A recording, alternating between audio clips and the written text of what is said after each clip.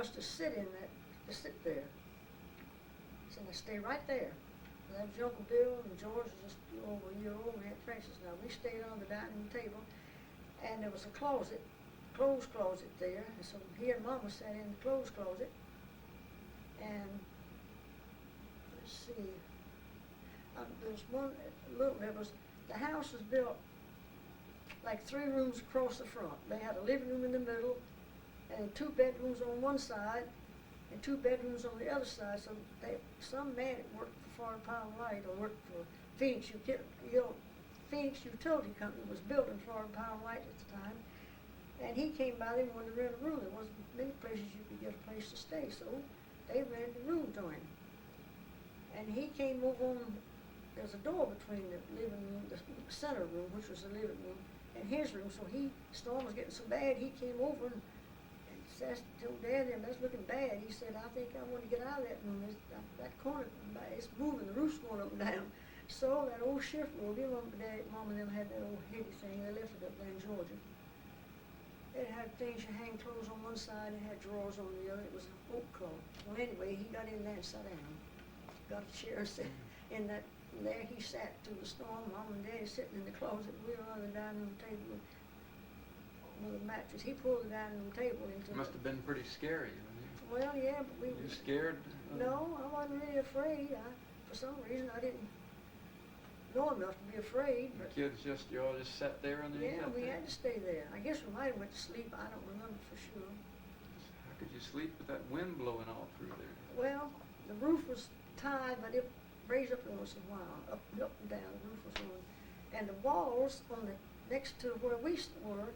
It was the outer walls that blew away. See, the roof went up and the outer walls went out. And that roof then dropped down over that part. Well, the part we were in, the roof was all right, except it was coming loose and moving. We just stayed there. But we got out during the lull. Did the house blow down then? No, that's the second part of the storm? No, the storm was over. We went back there, and there it was. Some day fixed it, got it up, got the rafters back up, and got most of it was all, it wasn't blown way off, it was all scattered around over a couple of lots, 2 or 3 vacant lots, and he got that back, and little by little he got it all back together pretty good. It wasn't bad. Then we moved up down the highway where we lived there and bought that place there, and it blew down, and he rebuilt. That's a house we bought from him. Well, that was built new. The others blew down. So your mother never had that much contact with any of her side of the family No. after y'all moved to Dania. That was. She wrote to him. Her grandmother wrote to her all the time. Always send her a little something. She would be 94, 91 or 94. I've forgotten. From up in Ohio. Yeah. And she was out working on a garden or something. And those houses weren't built. When I saw the picture of the farmhouse, it's a great big house, big place. And one of her sons, a youngster, I think, and his wife just lived there. They never did move in when she lived there with them. Well, they lived with her. And she had a garden every year, and it seemed like she was out getting her garden ready. At that age now, that was pretty good. And she got a cold. Then the houses, they were heated with fireplaces, I guess, and stoves, I don't know. It wasn't like we have today. And she got wet and being old, it kept on, she couldn't get rid of the cold, it got worse, and she went into pneumonia and died. Well, nothing wrong. She never. Or your mother's grandmother. Grandmother, my great-grandmother. My dad was. Oh, yeah. I think you showed me a picture of her one Yeah, time. she's very tall.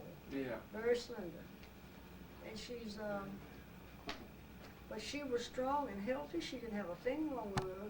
The Mama's aunt, her blood pressure was normal. Everything about it was normal. Nothing wrong with her. She mentioned the kidneys and the lungs and her heart. Everything was so normal, but then to get that pneumonia, you got that. There's a little infection in the lungs, it goes into that. And no antibiotics, no nothing. And She was 94. well, Mama, she told me 91, then she told me 94. I remember her 91st birthday, but I don't know how old I was when they told me that. She must have been 94. She'd lived about 100, I guess, if she hadn't got that pneumonia. But she lived in that cold climate, worked in it all that time. They didn't realize that at her age, she shouldn't be in it.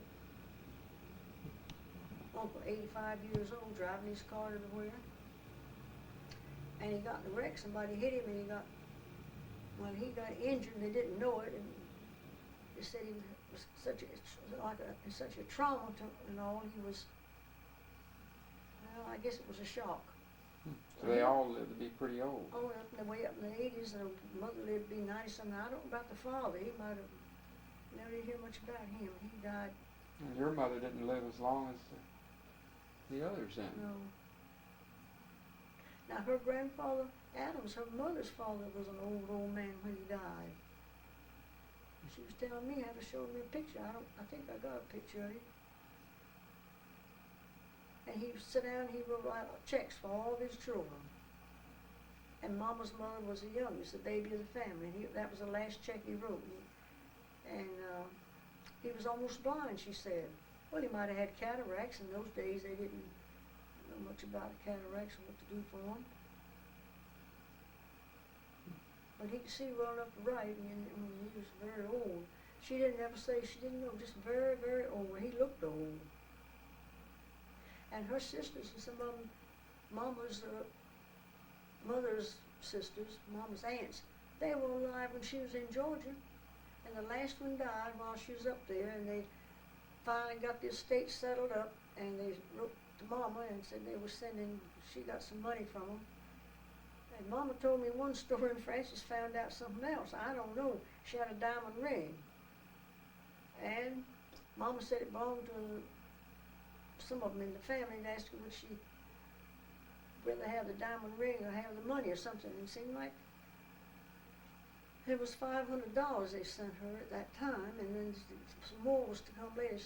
Mama told me she took the ring. Frances said she didn't take any rings, so that ring they went to Cordele and bought it. Said it wasn't a very good diamond at that. Well, anyway, when she died, she wanted Kay to have it because she was the oldest and she was diabetic. Said all the rest of them were healthy and well, so she felt sorry for Kay. Let her enjoy it.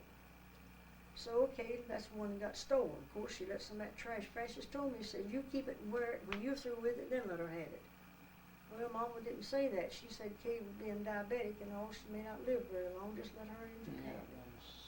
Somebody stole it from her. Well, she went to Jim and had it all fixed up into a beautiful ring, like they call it a cocktail.